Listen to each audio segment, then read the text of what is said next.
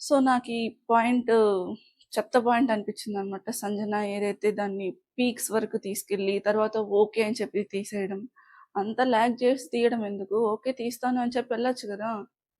మనం ఏదైనా పని చేసేటప్పుడు ఆ సిచ్యువేషన్లో, ఆ పర్సన్ ఉన్న సిచ్యువేషన్లో మనం ఉండి మనం చేయగలుగుతామా లేదా అని ఆలోచించాలి బుర్ర పెట్టి.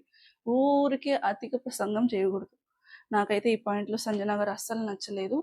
సో నెక్స్ట్ ఇంకొకటి ఏదైతే రీతుకి దెబ్బ తగిలిందో, అంటే నామినేట్ చేసే టైంలో అక్కడ ఆమెకు దెబ్బ తగిలి అక్కడికి వెళ్తుంది.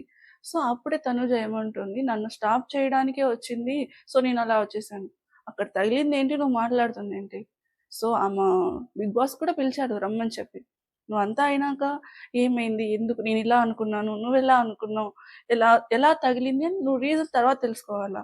గాయం వచ్చిన వాడిని కూర్చోబెట్టి నువ్వు నన్ను ఆపడానికి చేసావు అది ఇది అని అంటే అదేమన్నా యూజ్లెస్. అది నాకు తెలిసినంత వరకు కొంచెం పేషెన్స్ అనేది ఉండాలి తనుజ గారికి.